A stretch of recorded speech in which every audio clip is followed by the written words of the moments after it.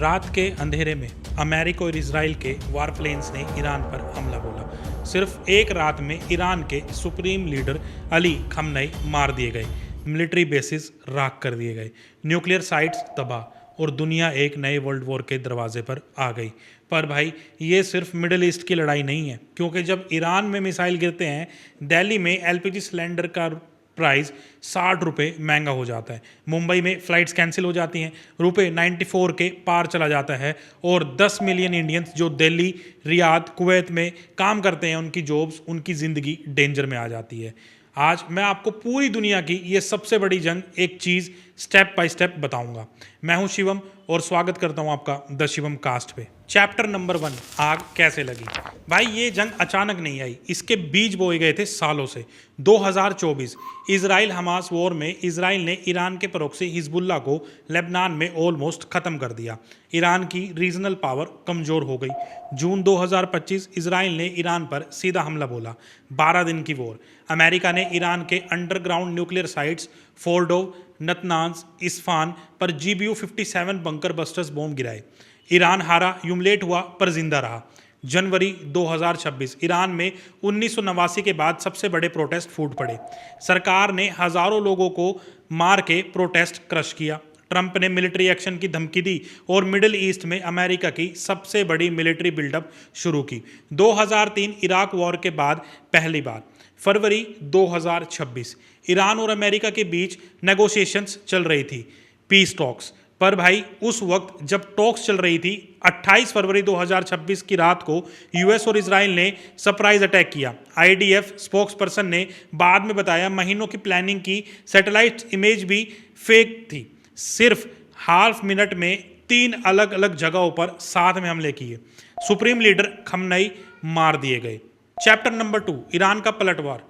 अब देखिए, ईरान ये जानता था कि वो कभी भी यूएस से जंग नहीं जीत पाएगा और ना ही मिलिट्री वॉर जीत पाएगा। तो ईरान ने किया क्या? उसने दुनिया की सप्लाई चेन पर हाथ रख दिया। स्ट्रेट ऑफ हॉर्मुज़ ये एक छोटी सी पैसेज है ईरान और ओमान के बीच, लेकिन इस छोटी सी जगह से दुनिया का 20% क्रूड ऑयल हर रोज गुजरता है। 20% ग्लोबल LNG यहीं से निकलता है। ईरान ने हॉर्मुज़ बंद कर दिया। मिसाइल, ड्रोन, वॉरशिप सब कुछ एक साथ खड़ा कर दिया।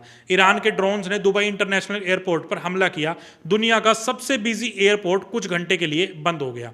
बहरीन, कुवैत, कतर, सऊदी अरब, UAE सब पर मिसाइल और ड्रोन अटैक स्ट्राइक्स किए उन्होंने। लेबनान में हिजबुल्लाह फिर एक्टिव हो गया। 2000 से ज़्यादा लोग मरे। भगदड़ में एक अमेरिकन जर्नलिस्ट किडनैप हो गई। और ऑयल प्राइस, इसकी बात करूं तो एक ही हफ्ते में ब्रेंट क्रूड $80 से उछलकर $110 या $120 पर बैरल हो गया। इंटरनेशनल एनर्जी एजेंसी के चीफ ने कहा यह हिस्ट्री की सबसे बड़ी ग्लोबल एनर्जी सिक्योरिटी चैलेंज है। चैप्टर नंबर 3, अब आते हैं सीधा इंडिया पर। यही आपको सबसे ज़्यादा इफेक्ट करता है, आपकी जेब पर सीधा हमला। इंडिया दुनिया का तीसरा सबसे बड़ा ऑयल इंपोर्टर है। हम अपना 85% से ज़्यादा क्रूड ऑयल बाहर से खरीदते हैं और उसमें से बड़ा हिस्सा हॉर्मुज़ से आता है। जैसे ही हॉर्मुज़ बंद हुआ, LPG सिलेंडर 60 रुपये पर सिलेंडर महंगा हो गया एक ही हफ्ते में। अहमदाबाद में, हरियाणा में काफ़ी जगह आपने न्यूज़ सुनी होगी, लोगों की बड़ी बड़ी क्यू लग गई, सिलेंडर कहीं मिल ही नहीं रहा था। गवर्नमेंट्स ने ऑर्डर दिया रिफाइनरीज को प्रोटोकेमिकल्स बनाना बंद करो और सारा ब्यूटेन और प्रोपेन सिर्फ घर की गैस के लिए जाना चाहिए। क्रूड ऑयल $110 से $120 पर बैरल, मतलब पेट्रोल डीजल इंडिया में भी उंगली जलाने वाला बन सकता है एनी टाइम।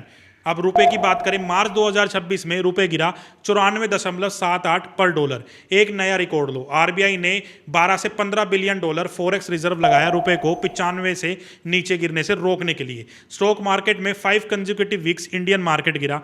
एविएशन हफ्ते भर में 400 प्लस फ्लाइट डिलेज होगी। इफेक्ट हुई 80,500 करोड़ रुपए का एविएशन लॉस सिर्फ एक हफ्ते में। इंडिया की फाइनेंस मिनिस्ट्री को ओपनली कहना पड़ा 7 से 7.4% ग्रोथ फोरकास्ट अब कंसिडरेबल डाउनसाइड रिस्क में है। ऑयल का डबल धक्का, रशिया वाला ट्विस्ट तो आपको याद ही होगा। और एक चीज और बहुत कम लोग जानते हैं, ईरान वॉर से पहले इंडिया रशिया से सस्ता तेल खरीदता था। अमेरिका ने धमकी दी और रशिया इंपोर्ट्स पे प्रेशर दिया।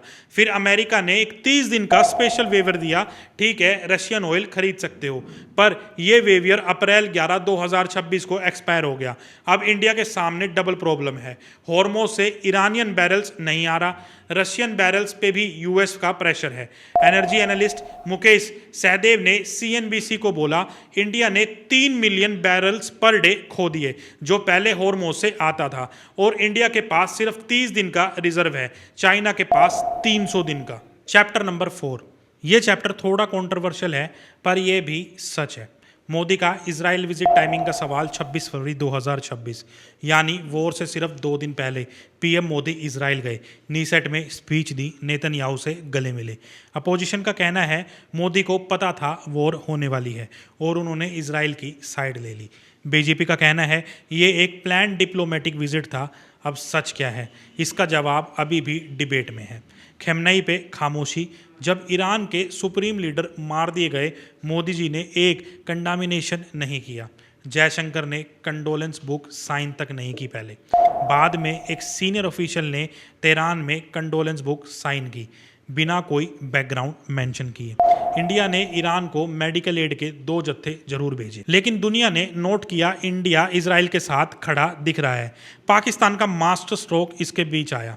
इंडिया का डिप्लोमेटिक लॉस और ये वो चीज़ है जो इंडिया के लिए सबसे ज़्यादा स्टिंग करती है। ईरान और अमेरिका के बीच पीस टॉक्स कहाँ हो रहे हैं? इस्लामाबाद, पाकिस्तान में। पाकिस्तान ने यूएस और ईरान के बीच मीडिएटर की रोल ली। जेडी वैंस खुद इस्लामाबाद गए। द वायर ने लिखा, इंडिया जो खुद को विश्व गुरु कहता है, नरेंद्र मोदी की फॉरेन पॉलिसी जो पाकिस्तान को आइसोलेट करने पर बेस्ड है, उस इंडिया के लिए ये एक डिप्लोमेटिक कैटास्ट्रोफ है। इंडिया साइडलाइन पर खड़ा है और पाकिस्तान सेंटर स्टेज पर। अब आते हैं मोदी के फ़ोन कॉल के ऊपर। 13 मार्च सिचुएशन इतनी बुरी हो गई कि मार्च 13 को मोदी ने खुद ईरान के प्रेसिडेंट को कॉल किया। बस एक रिक्वेस्ट थी, भाई इंडिया शिप्स को स्ट्रेट ऑफ हार्मोज से गुजरने दो। एक जगह से विश्व गुरु, दूसरी जगह से bagging for oil passage. Chapter number 5, भाई ये चैप्टर आपके दिल पर लगने वाला है, क्योंकि मेरे तो लगा था। इंडिया में बैठ के हम सोचते हैं वॉर तो वहाँ हो रही है, पर 1 करोड़ इंडियंस गल्फ कंट्रीज़ में रहते हैं। दुबई में कंस्ट्रक्शन वर्कर वसीम खान को मैंने सुना, जो कि यूपी से हैं, उसने क्रिश्चियन साइंस मॉनिटर को बोला ये वॉर बहुत क्लोज लगती है। दुबई एयरपोर्ट जब ड्रोन स्ट्राइक्स में डैमेज हुआ, हज़ारों इंडियंस वहाँ फंस गए, फ्लाइट्स बंद हो गई, कोई रास्ता नहीं। ये 10 मिलियन इंडियंस इंडिया को $40 बिलियन से ज़्यादा हर साल भेजते हैं, यानी इंडिया के टोटल रेमिटेंस का 1/3। अगर गल्फ इकोनॉमी स्लो होती हैं, जॉब्स जाती हैं, रेमिटेंस गिरते हैं, तो यूपी, बिहार, केरल, राजस्थान के लाखों घर डायरेक्टली हिट होंगे। अप्रैल 7 और 8 को टेम्परेरी सीज फायर हुआ, हॉर्मोज खुला। इंडियन एम्बेसी तेहरान ने तुरंत एडवाइजरी निकाली, जो भी इंडियंस ईरान में हैं जल्द से जल्द निकलो, cease fire long term guaranteed नहीं है। इमरजेंसी हेल्पलाइन नंबर तक जारी किए गए। चैप्टर नंबर 6, आज का अपडेट। अप्रैल 20, 2026। ये स्टोरी अब भी ख़त्म नहीं हुई है, इसमें और भी ड्रामा बाकी है दोस्तों। अब मैं आपको डेट वाइज बताता हूँ। अप्रैल 7-8 को यूएस ईरान का 2 हफ्ते का सीज फायर हुआ, हॉर्मोज टेम्परेरीली खोला गया। अप्रैल 11 को इस्लामाबाद में यूएस ईरान नेगोशिएशन हुई, 21 घंटे मीटिंग चलती है लेकिन कोई फ़ायदा नहीं। अप्रैल 17 को लेबनान में इजराइल हजबुल्ला सीज फायर हुआ, जेडी वैंस ने ब्रोकर किया। अप्रैल 18 में ईरान ने हार्मोज फिर बंद कर दिया, शिप्स पर फायर किए गए। 19 अप्रैल को यूएस नेवी डिस्ट्रॉयर ने Iranian cargo ship MV Touska को फिर दोबारा सीज कर दिया, जो कि ब्लॉकेड कर रहा था। ईरान ने कहा रिवेंज लेंगे हम इसका। आज फिर अप्रैल 20 को ईरान फॉरेन मिनिस्टर बोलता है कोई next round of talks planned नहीं है। इस्लामाबाद के होटल्स यूएस डेलीगेशंस के लिए फिर तैयार हो रहे हैं, पर ईरान कहता है वो नहीं आएगा। सीज फायर वेंसडे को एक्सपायर हो रहा है। क्या वॉर दोबारा शुरू होगा? दुनिया ये रुक कर देख रही है। अगर हम डीप एनालिसिस करें दोस्तों, तो इंडिया को इस चीज़ से सीखना चाहिए। इंडिया ने क्या क्या गलती करी, अगर मैं इसकी बात करूं तो गलती नंबर 1, एनर्जी डिपेंडेंसी। इंडिया अपना 85% क्रूड बाहर से मंगाता है, सिर्फ 30 दिन का रिजर्व है इंडिया के पास, लेकिन चाइना के पास 300 दिन का रिजर्व है। ये इंडिया को सीखना चाहिए चाइना से कि किस तरीके से उन्होंने वॉर के टाइम के लिए ये सब अपना तैयार रखा था। ये एक स्ट्रक्चरल वीकनेस है जो वॉर ने एक्सपोज कर दी। अब एक्सपोज तो हो गई है गवर्नमेंट, तो उसे और ज़्यादा कड़े नियम अपनाने चाहिए। गलती नंबर 2, डिप्लोमेटिक एम्बिग्यूटी। अब देखिए हुआ क्या, दोनों तरफ से दोस्ती है, पर इस वॉर में इंडिया दोनों तरफ से आइसोलेट दिख रहा है। इसराइल यूएस कैंप ने एज्यूम किया इंडिया उनके साथ है, ईरान कैंप ने फील किया कि भाई इंडिया हमारे साथ है, लेकिन उनको पता चला कि इंडिया ने हमारे साथ धोखा किया है और मीडिएटर बन गया पाकिस्तान, इंडिया का दुश्मन। अब अपॉर्चुनिटी क्या है, रिन्यूएबल एनर्जी।